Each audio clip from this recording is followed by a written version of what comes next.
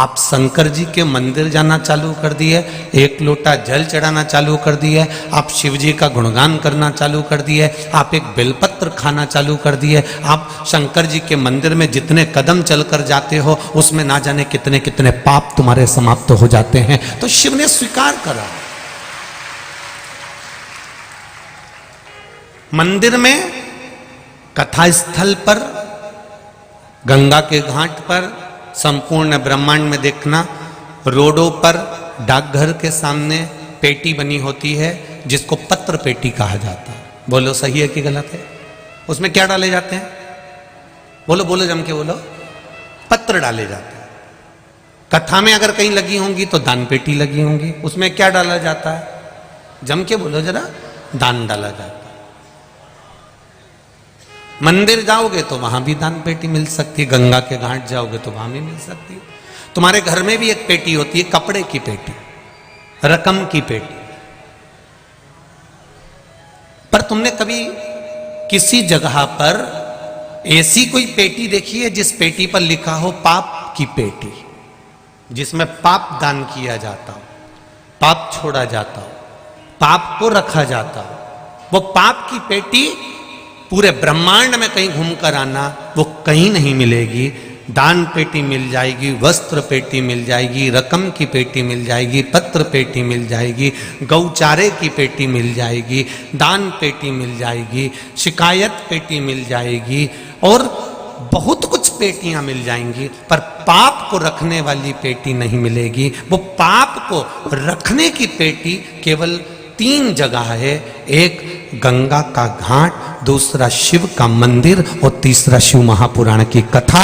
जब हम जाते हैं तो अपना पाप वहीं पर छोड़ कर आ जाते हैं।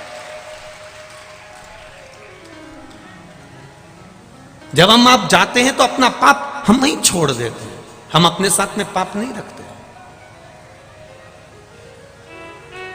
हम जब भगवान का भजन करने के लिए गए, गंगा को नहाने के लिए गए, हमने गंगा की डुबकी लगाई, अपना पाप को त्याग दिया।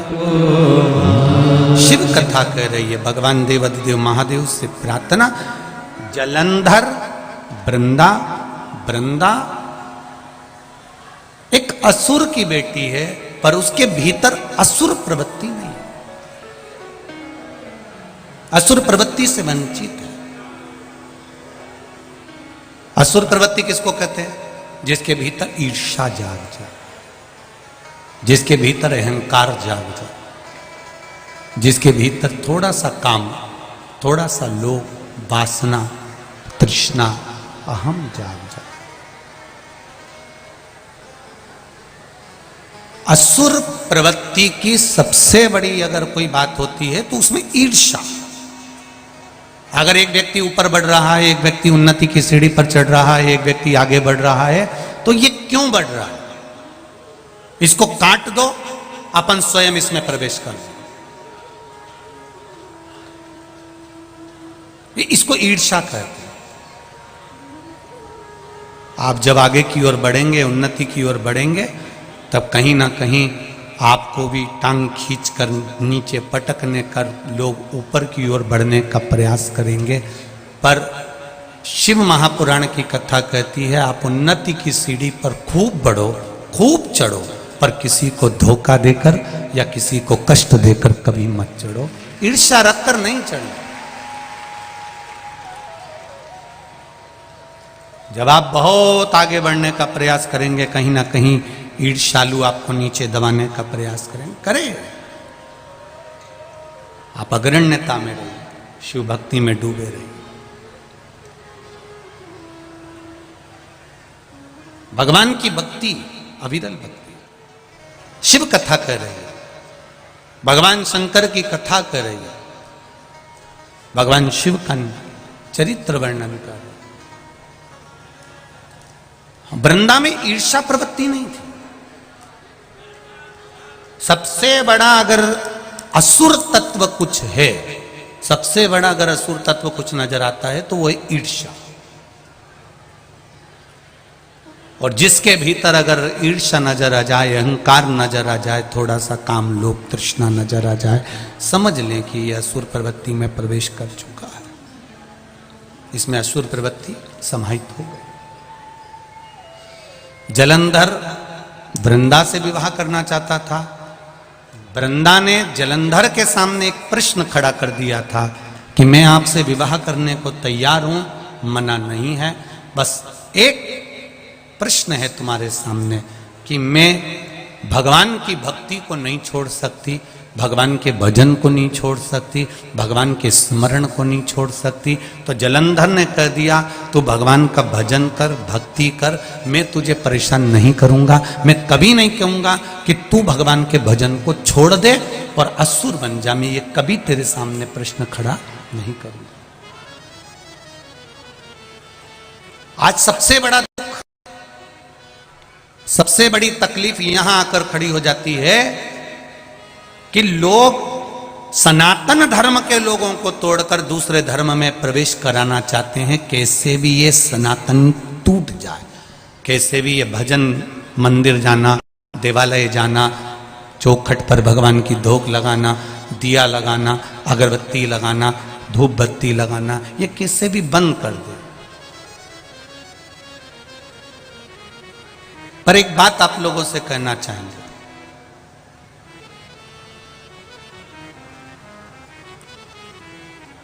जब प्रहलाद ने धधकते हुए खंबे पर चींटी चलती हुई देखी तो उसका विश्वास जागृत हो जाता है। एक बार शंकर जी के मंदिर में जाकर दिल से उससे निवेदन कर कर देखो, वो तुम्हारा हाथ पकड़कर पार करने की सामर्थ्यता रखता है। दिल से कहो,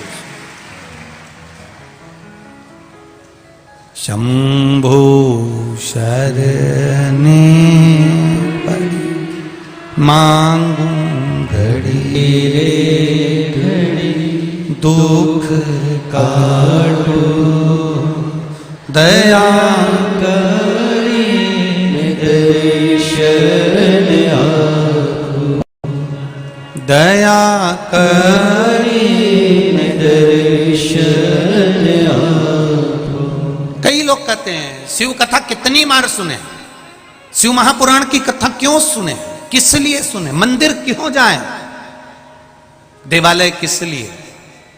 क्या मंदिर जाकर किसी का पेट नहीं भरता? हमारा निवेदन है, इतने सारे लोग बैठे हैं, भोजन करोगे पेट भरा जाएगा। बोलो भराएगा कि नहीं भराएगा?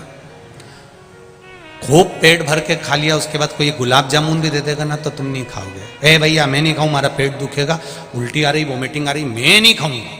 कोई तुम्हारे मुंह में जबरदस्ती भी भरेगा तो तुम नहीं खा सकते।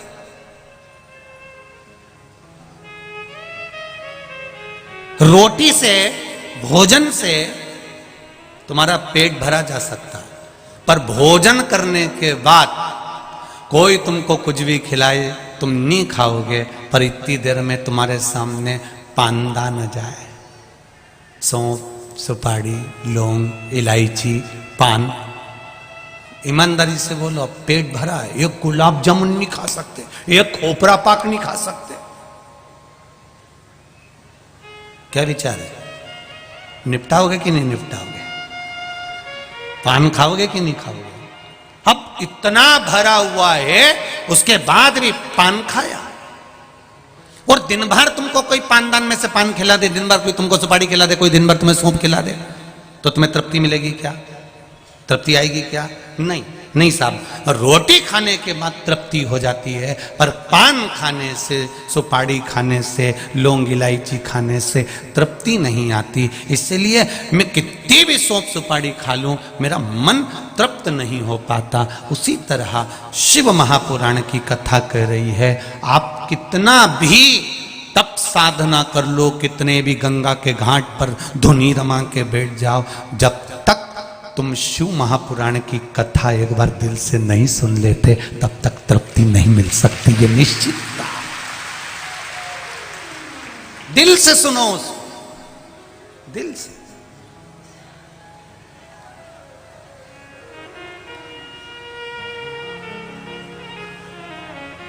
आज एक भैया कह रहे थे, हमको गाड़ी में लेके आए जब यहीं कॉलोनी वाले जो हमको लेके आए, वो बोल रहे थे गुरुजी हमने नहीं सोचा था कि इतनी दूर इतनी भीड़ आ जाएगी, इतने लोग आ जाएंगे, लाखों में जनता यहाँ आ रही है। गजब, इतनी लाखों में जनता यहाँ पहुँच रही है, हमें तो आश्चर्य इस चीज का। हमने कहा ये भगवान शिव के सारे शंकर के कंकर हैं, ये तो कहीं पर भी एकत्रित हो जाते हैं, ये शिव के प्रसाद। इनकी अविरल भक्ति बड़ी प्रबल है, इनकी भक्ति का बल प्रबल है।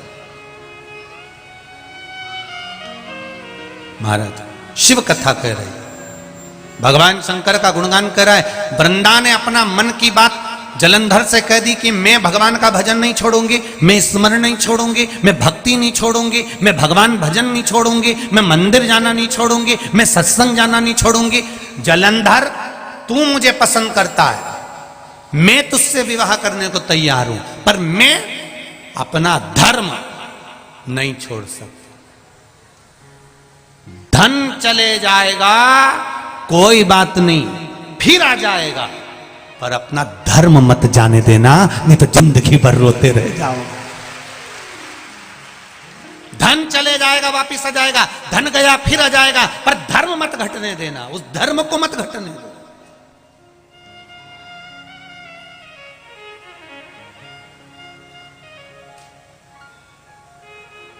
कई लोग कहेंगे क्या रखा है सनातन धर्म में, क्यों चले जाते हो, क्या करते हो मंदिर में जाके, क्या करते हो? कुछ नहीं करते, एक लोटा पानी चढ़ाते। एक लोटा पानी चढ़ाने से क्या होगा? जो तुमको बहुत ज्ञान दे, तुम्हें मना करे क्या होता है मंदिर जाने से, क्या होता है जल चढ़ाने से, उससे क्यों तू भी तेरे घर से लोटा उठा खेला, मेरे साथ चल के देख, एक हफ्ता चल के देख, उसको एक हफ्ता रोज मंदिर ले जा। वो क्या मैं नहीं जाऊंगा तो क्या मुझे फिर ज्ञान मत दे? या तो मंदिर चल, नहीं तो ज्ञान मत दे कि मंदिर जाने से क्या होता है, भगवान तिलक लगाने से क्या होता है, क्या वो भगवान को रिझाने से। कितना कितना वर्णन किया गया कि शिव जी को त्रिपुंड लगाने का भी एक आनंद है। भगवान शंकर को जब त्रिपुंड लगाया जाता है, जब हम 2 उंगली में चंदन लेकर चंदन को जब खींचते हैं, उसके बाद 1 उंगली में चंदन लगाकर फिर नीचे की लाइन खींचते हैं, जरा विचार करो कि उसका फल कितना मिलता होगा, उस त्रिपुंड का आनंद कितना मिलता होगा।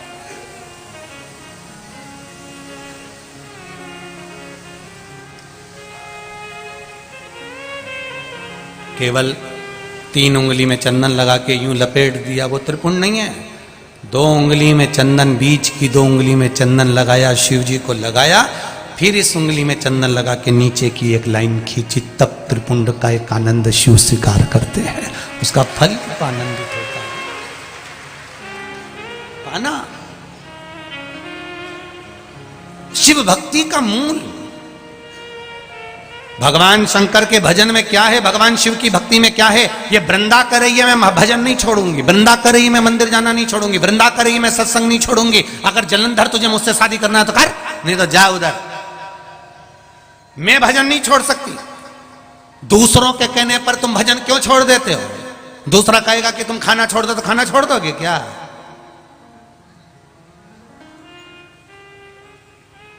क्यों छोड़े हम? आग लगे बस्ती में, जर जम के बोलो अपन रे हो मस्ती में, क्या किसको रोइए चादर तान के सोइए। क्या करना? दिन कितने होते हैं पूरे साल में? बोलो बोलो जम के बोलो। 365। सनातन हिंदू धर्म के त्योहार कितने होते हैं पूरे साल में? 451। कितने होते हैं? दिन कितने? 365। त्योहार कितने? सनातन धर्म के त्योहारों को गिनो। शरद पूर्णिमा आ गई, फिर इसके बाद में कार्तिक पूर्णिमा आ गई, उसी में गुरु नानक देव जी की जयंती आ गई, जरा तीर्थ गिनो, फिर गोविंद दास जी के आ गया, फिर कोई उत्सव, फिर होली, फिर दिवाली। दिन 365 है, पर सनातन हिंदू धर्म के त्योहार 451 है। अब अपने त्योहार कम पड़ रहे हैं जो 31 मनाने जा रहे हो।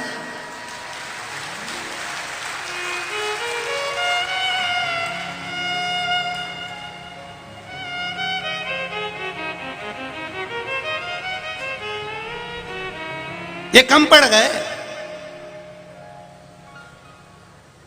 365 दिन कम पड़ रहे हैं सनातन धर्म के त्योहार मनाने के लिए। 365 दिन होते हैं साल भर में, और सनातन हिंदू धर्म के त्योहार 451 होते हैं। ये कम पड़ रहे हैं जो अभी बाकी रह गए हैं। मनाओ। कभी कभी तो एक एक दिन में 3-3 त्योहार पड़ जाते हैं। ये हमारा सनातन धर्म है। कभी कभी एक एकादशी 2 बार पड़ जाती है। ये कल नहीं करी तो आज कर लो, आज नहीं करी तो कल कर लो, पर कर लो रे, 2 भी कह दे, पर क्या कर? समझो उसको। फिर भी हम भटक रहे, फिर भी लोग कह रहे हैं क्यों मंदिर जाते हो, क्यों दिवालय जाते हो, तो उनको क्यों, तू जाके तो देख, एक बार लड्डू खा के देख मेरी मम्मी के हाथ का कितना जोरदार बना है। हम जब छोटे थे, आप भी जब छोटे थे स्कूल जाते थे अपना अपना टिफिन लेके जाते थे। आजकल तो स्कूलों में खाना मिल जाता है, पर पहले थोड़ी ना मिलता था। पहले डब्बा लेके जाओ, मम्मी सुबह उठती थी, लड्डू पेड़ा सब टिफिन में रखती थी। कभी कभी अपन को वो टिफिन पसंद नहीं आता था तो मम्मी धो भी देती थी, को मारती भी थी कि मैं तो यही रखूंगी, और टिफिन लेके जाते थे। फिर अपन जब सब बैठ के खाते थे तो कह देते थे, ले मेरे यहाँ का मम्मी ने लड्डू बनाया, गुजिया बनाया, पपड़िया बनाई, मेरी मम्मी ने ये बनाया, खा के देख, मेरी मम्मी की चटनी खा के देख। अपन कितने प्रेम से कहते थे। तुम भी कह सकते हो। हमारे सनातन धर्म हिंदू धर्म में एक बार मंदिर जा और लोटा भर जल चढ़ा के देख, क्या आनंद आता है। वो आनंद कहीं नहीं मिले। तुम क्यों कहो कि वो धर्म ठीक, हमारा धर्म जिससे बढ़कर कोई धर्म नहीं। करो भजन शिव का, उसकी भक्ति के आगे कोई भक्ति नहीं। करो, कितना सरल देव। एक चोर चोरी करने गया, शंकर जी के ऊपर चढ़ गया, शंकर जी प्रसन्न हो गए, प्रकट, वो नीचे गिर गया वापस। उसने कहा तुम कौन हो? भोलेनाथ जी बोले मैं शंकर जी, इतने दिन से लोटा भर के जल चढ़ाया, तुम कभी क्यों नहीं आए? मैंने धतूरा भी चढ़ाया, जल भी चढ़ाया, बेलपत्री भी चढ़ाई, तुम कभी नहीं आए। शंकर भगवान बोले आज आ गया क्योंकि तू पूरा ही चढ़ गया है। आया हूं ना, कृपा कर दो। क्या चाहिए बोल। बस मेरी पत्नी के कहने पे मैं मंदिर में चोरी करने आया था, तो क्या चाहिए क्या? मेरी पत्नी ने कहा था बस इतना मिल जाए कि हमारा जीवन यापन चलते रहे। भगवान ने लिखा ये मंदिर का घंटा ले, इस घंटे को ले जा, इसको 2 अगरबत्ती लगाना, रोज भगवान से प्रार्थना करना, जितना तू मांगेगा तेरे यहाँ मिल जाएगा। पर एक बात जरूर है कि तेरे यहाँ जितना आएगा उससे दुगना तेरे पड़ोसी के यहाँ पहुंच जाएगा। तो उसने तुरंत कह दिया नहीं चाहिए, हमें चाहिए ही नहीं, तुम तो तुम्हारे पास रख, हमें चाहिए ही। शिव जी ने पूछा क्यों? नहीं मैं घर ले जाऊंगा तुम्हारी पत्नी मेरे को बहुत धोएगी, मेरे को नहीं चाहिए, मेरे को चाहिए ही नहीं। होता है कई बार एक पत्नी अपने पति से बस स्नान करके बाहर आई और आकर तुरंत बोली देखो जी बाथरूम में कपड़े पड़े हैं, तुम धो दोगे क्या? फिर बाहर बाल झड़ाती झड़ाती बोली तुम धो दोगे तो ठीक है, नहीं तो बाद में मैं धो दूंगी। अब पति समझदार होगा तो समझ जाएगा कि ये कपड़े धोने के लिए बोल रही है कि मुझे धोने का बोल रही है। समझ वाली बात है, उसकी चतुरता। मेरे को नहीं चाहिए ये घंटा, नहीं चाहिए। भगवान बोले नहीं, हमने तो एक बार दे दिया तो दे दिया। मैं घर जाऊंगा मेरी पत्नी चिल्लाएगी नहीं नहीं तुम तो ले जाओ घंटा, 2 मांगोगे वो मिलेगा पर पड़ोसी के यहाँ दुगना पहुंच जाएगा। पति घंटा लेकर गया, पत्नी से कहा देख मैं घंटा लाया। पत्नी बोली इसको लाने की क्या जरूरत थी, कोई धन वगैरह लिए आते, ये घंटे से जो मांगेगी वो मिलेगा। अच्छा सही में? हाँ मांग लो, पर एक बात है पड़ोसी के यहाँ दुगना पहुंच जाएगा। पत्नी बोली तुम जब भी लाए मेरे प्राण खाने की चीज ही लाए, जिंदगी में कभी कोई अच्छा काम नहीं किया। एक बार मैंने कहा था करवा चौथ पे मेरे लिए कुछ अच्छा लिया ना, तो दांत वाले डॉक्टर से 32 ही बनवा के लिया है। मैंने कितना कहा, और मैंने पूछा कि 32 ही क्यों लाए, तो कह रहा था तुम मुस्कुराते हुए अच्छी लगती थी, अब नहीं है जब से तुम मुस्कुरा नहीं रही है। पत्नी ने घंटे को लिया, अलमारी में बंद कर दिया, मैं कभी मांगूंगी नहीं चाहे कुछ भी हो जाए। उसने नहीं मांगा, भूखी मरने लगी पर नहीं मांगा। पति ने कम मांग के तो देख, प्रैक्टिकल करने में क्या जाए, अगर नहीं आए तो भोलेनाथ जी ने कहीं अपने को यूं ही बना दिया, तुम तो मांगो। इसने 2 अगरबत्ती लगाई, हे घंटा देवता हमारे यहाँ पर 20 तरह का भोजन आ जाए। ये 20 तरह का तो बाद में देखी, पहले पड़ोसी के यहाँ चढ़ के देख रही थी तो उसमें 40 रखा था। बड़ी दुखी हो गई, भगवान अब मैं क्या करूं, करूं क्या तुम बताओ। तब इसके मन में आया रुक जा। अब घंटा देवता से बोली, हे घंटा देवता हमारे घर में एक कुआं खुद जाए। बेचारे पड़ोसी के यहाँ फ्री में छोटे से मकान में तो खुद गए। अब बोली घंटा देवता हम दोनों पति पत्नी की एक चली जाए। अब इनने सोचा एक चली भी गई तो एक तो रही जाएगी, एक से तो दिखेगा, उनकी तो 2 ही चली जाएगी। हम दोनों पति पत्नी की एक चली जाए। बेचारे पड़ोसी की फ्री में 2 चली गई और वो कुआं में गिर गए, मर गए। कौन जाने, कौन भागे। शिव कथा कर रहे हैं, भगवान शंकर का गुणगान कर रहा है, भगवान शिव का स्मरण कर रहा है। अरे वृंदा कर रही है, मैं अपना धर्म नहीं छोड़ सकती, मैं भगवान का भजन नहीं छोड़ सकती, मैं भगवत स्मरण नहीं छोड़ सकती, मैं संकीर्तन नहीं छोड़ सकती, मैं भगवत नाम नहीं छोड़ सकती, मैं मंदिर जाना नहीं छोड़ सकती। आपसे विवाह हो मेरा ठीक है, ना हो ठीक है, पर मैं ये सत्कर्म नहीं छोड़ूंगी, मैं भगवत भजन नहीं छोड़ूंगी, मैं स्मरण नहीं छोड़ूंगी। बस इतना सा निवेदन है। जलंधर ने वृंदा से विवाह कर लिया। जलंधर ने वृंदा से विवाह कर लिया और जलंधर ने जब वृंदा से विवाह करा, वृंदा भगवत भजन में लीन रहने लगी। भगवत भजन में अपने चित्त को लगाना डूबी। मैंने तेरे ही भरोसे हो बाबा, तेरे ही भरोसे हवा बिच उड़ती जावांगी, बाबा डोर तो छड़ी ना मैं कटी जावांगी। भोले मैं तेरी पत्नी, शंभो मैं तेरी पत्नी, हवा बिच उड़ती जावांगी, बाबा डोर हथो छड़ी ना मैं कटी जावांगी। जलंधर से वृंदा का विवाह हो जाता है। दोनों आनंद से निवास करते हैं। वृंदा भगवत भजन से वंचित नहीं होती, भगवत भजन में डूबी रहती है। आपसे भी निवेदन है, जितने लोग कथा सुन रहे हैं पावन शिव महापुराण की, जितने लोग कथा का तत्व ग्रहण कर रहे हैं, उनसे निवेदन है ये चित्त, ये मन को भगवान से लगाने का प्रयास करिए। लगाओ इसको भगवत भजन। और जब ये मन, ये चित्त, ये वृत्ति भगवान में रम जाएगी, भगवान में लग जाएगी, तब सुख का अनुभव अपने आप हो जाएगा, आनंद का अनुभव अपने आप हो जाएगा। करो उसकी भक्ति। वृंदा का सातित्व बढ़ा, जलंधर का पाप बढ़ा। वृंदा का सातित्व बढ़ रहा है, जलंधर का पाप बढ़ रहा है। वो पाप कर्म में लगा हुआ है, 24 घंटे पाप कर्म कर रहा है।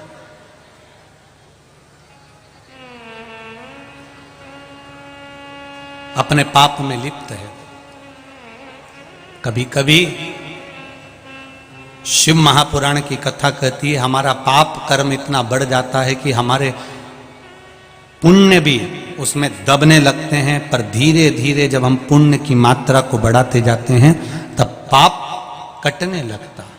अभी आपको कथा में कहा था शुरू में, जैसे दान पेटी होती है, पत्र पेटी होती है, कपड़ा पेटी होती है, उसी तरह पाप को समाप्त करने की भी ये पेटी, ये शिव महापुराण की कथा है। जब हम अंदर आते हैं हमारा पाप सब छूट जाता है, पाप समाप्त हो जाता।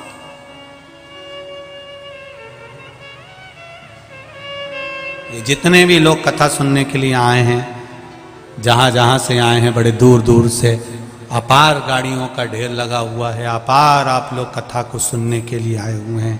एक बात अपने जीवन में उतारिएगा कि भक्ति का बल जब बढ़ता है, पुण्य का बल जब बढ़ता है, जरूरी नहीं कि आप दान करें तो ही पुण्य मिलेगा।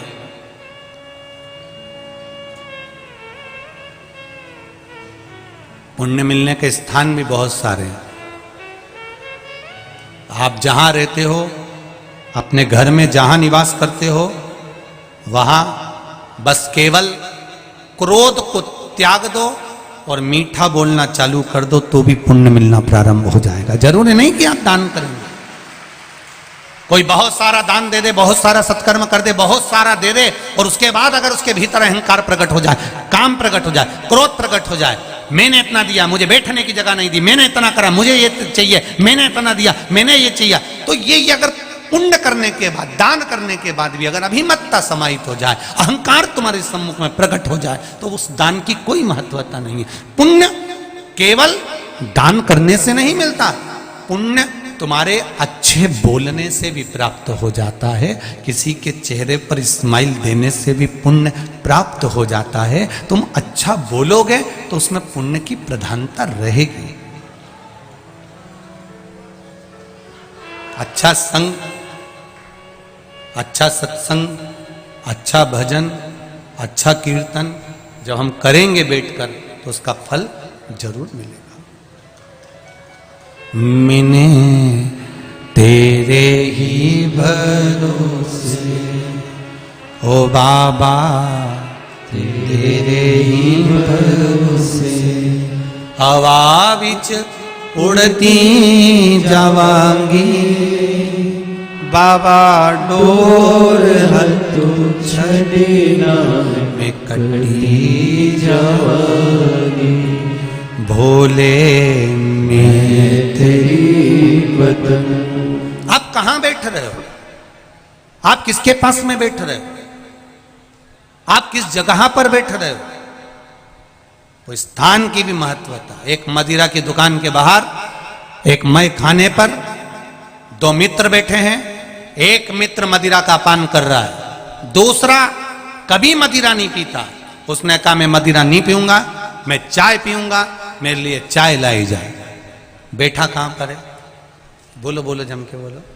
मय खाने में, मदिरा की दुकान पर, मदिरा की दुकान के बाहर। अब एक मित्र मदिरा पी रहा है और दूसरा चाय पी रहा है। देखने वाला क्या समझेगा? बोलो बोलो, जम के बोलो जरा। मदिरा पी रहा है। एक व्यक्ति जुआ खेल रहा है, जुआरी, और दूसरा उसके पास में जाकर बैठा है। भले वो जुआ नहीं खेल रहा है, भले वो हाथ तक नहीं लगाए, भले वो गलत काम तक नहीं करे, पर पकड़ाए। लोग क्या कहेंगे? ये भी जुआरी है। संगत का असर। एक कौवा मानसरोवर पर गया, हंस से उसकी मित्रता हो गई, कौवे को भूख लगी, हंस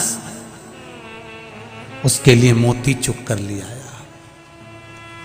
हंस ने मोती दिया, लिखा। कौवा कहता है कि मैं मोती कैसे खा सकता हूं, मेरी चोंच टूट जाएगी, मैं खा नहीं सकता, इस मोती को मैं नहीं चुग सकता, मैं इसको नहीं खाऊंगा। कौवा कहता है हंस से कि मुझे तो केवल मांस के लोथड़े चाहिए, गंदगी चाहिए। हंस कहता है हम नहीं खाते, ना हम लाते, ना हम खिलाते। कौवा भूखा मरने लगा, वापिस जाने लगा। हंस से कहता है चल अब तू मेरे यहां चल। हंस को ले गया। कौवा शमशान में रहता था, बैठ गया बड़ के पेड़ के ऊपर। हंस भी बैठा। हंस भूखा था तो कौवे ने कहा कुछ खाएगा? हाँ भाई, बहुत भूख लग रही। कौवा गया, मरा हुआ कुत्ता पड़ा था, उसका मांस का टुकड़ा उठा कर ले आया। ले हंस, खा ले। हंस कहता है मैं जिंदगी में कभी गलत नहीं खा सकता, मैं मोती चुगता हूं, इसके अलावा कुछ भी नहीं, मैं नहीं खाऊंगा। कितना नियम! हंस केवल मोती चुगता है, शेर खुद का शिकार कर कर खाता है, पर घास बोलो बोलो जम के नहीं खाता। पशु पक्षी अपने नियम से चलते हैं, केवल एक मनुष्य ही ऐसा है जो सामने आ जाता वही निपटा जाता है। पशु पक्षी अपने नियम से चलते हैं, जिसका जो नियम है वो करता है। मैं ये नहीं खाता तो नहीं खाएगा, चकवा ये नहीं पाता तो नहीं पाएगा, स्वाति नक्षत्र की बूंद ही चाहिए, भले मर जाऊंगा पर पानी नहीं पीऊंगा। शेर खुद का शिकार करेगा, बड़ा हुआ नहीं खाएगा। नियम तो नियम, हमारे क्या नियम है? हमने कौन से नियम धारण करे? हम कौन से नियम धारण करते हैं? एक व्रत रखते हैं तो उसमें भी हम 50 बार सोच लेते हैं आज मैं रोटी नहीं खाऊंगी, तो उसकी भी तैयारी करके रखी, साबूदाना खा जाऊंगी।